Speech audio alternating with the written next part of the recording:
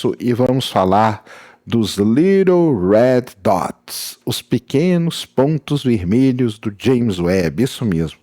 Logo ali que o James Webb foi lançado, logo que o James Webb começou a operar, começaram a aparecer, como eu falei no vídeo anterior, né, começaram a aparecer ali as primeiras galáxias, né? Ele começou a observar as primeiras galáxias e começaram a aparecer vários recordes. Ó, essa aqui é a galáxia mais distante, agora é aquela ali que é a galáxia mais distante e tudo mais.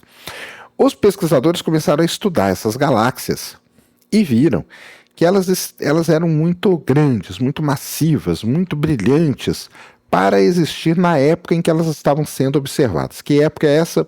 600 milhões de anos depois do Big Bang, ou seja, naquela idade que a gente fala que é menos de 1 bilhão de anos. Então, eles viam essas galáxias ali vermelhinhas e elas ganharam o nome de Little Red Dots. Eu já fiz aqui vários vídeos sobre elas, são as galáxias impossíveis. Primeiro falaram que essas galáxias não podiam existir, depois falaram que sim e tal. E nós vamos acompanhando tudo isso, porque é assim que funciona a ciência, né? Alguém chega, propõe um estudo, o outro propõe outro estudo, e nós vamos assim montando todo o quadro de conhecimento. Muito bem. Logo depois, né, saiu um trabalho falando que tinha sim uma explicação para os Little Red Dots, que eles seriam buracos negros supermassivos que existiam naquele período do universo. Isso aí seria até interessante porque a gente começaria a conseguir explicar como que a gente tem buracos negros tão grandes assim no início do universo e o mistério dos Little Red Dots ficou então um pouco de lado, porque basicamente a gente tinha uma resposta. Seriam buracos negros supermassivos ou AGNs, como a gente fala, que são núcleos ativos de galáxia, que são buracos negros supermassivos que estão se alimentando vorazmente. Muito bem, o tempo passou e um grupo de astrônomos resolveu observar os Little Red Dots usando o Chandra, que é um observatório de raio-x da NASA. Qual que é a questão, pessoal? O ponto é o seguinte: um buraco negro que tem um disco de acreção muito grande, como os AGNs, eles emitem uma grande quantidade de raio-x. Então, se a gente apontasse o Chandra para lá, era para esses pontinhos brilhantes brilharem, vamos dizer assim, aparecerem no raio-x. E sabe o que aconteceu? Foi que eles não emitem raio-x. E agora? Então, os Little Red Dots, aquelas galáxias que nem podiam existir, a explicação para elas é que elas eram buracos negros supermassivos muito ativos, os AGNs, núcleos ativos de galáxia, só que agora este trabalho está falando que não pode ser mais AGN. Por quê? Porque eles não encontraram emissão no raio-x. E aí começa toda a brincadeira com os Little Red Dots. Eles não conseguiram descobrir assinaturas de AGNs que pudessem explicar o excesso de luz, em vez de apenas estrelas. Olha só.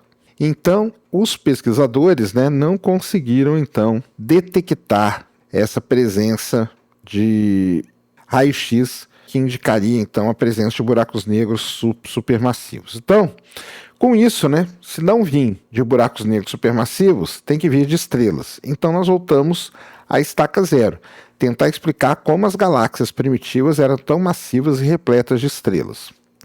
Eu sei que aquela galera tem a explicação deles, mas não é aquela galera que a gente está querendo aqui não, tá?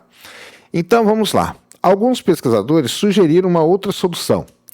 Eles afirmaram que os buracos negros supermassivos eles estão apresentando uma taxa de acreção super Eddington. O que é isso, né? Então é o seguinte, a acreção, ou seja, o quanto um buraco negro engole de matéria, é dado por o que a gente chama de limite de Eddington.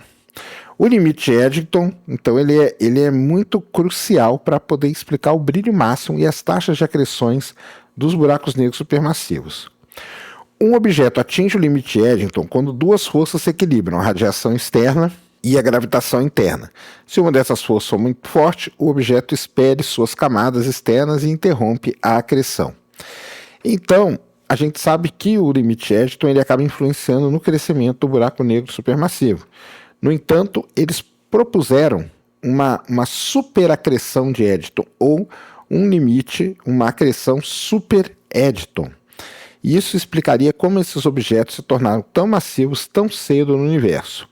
Então os objetos eles podem exceder o limite de Eddington por períodos de tempo e sofrer uma superacreção.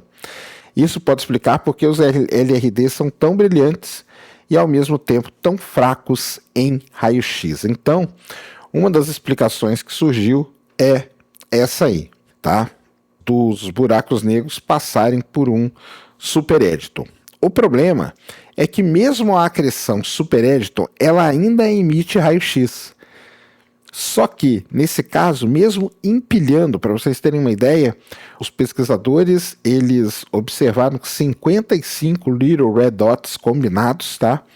Num tempo total grande de observação, e essa se torna agora a mais profunda observação desse tipo de objeto. E se a acreção de super Eddington estiver ocorrendo, isso explicaria a falta de raio-x. Porém, a acreção ainda emite raio-x. E aí, aonde que estão esses raios-x? O pessoal não está sabendo explicar, né, a ausência dos raios-x. Os modelos atuais mostram que a acreção de super Eddington ainda emite raio-x, mas com raio-x que a gente fala dos soft X-rays, que é o de menor energia.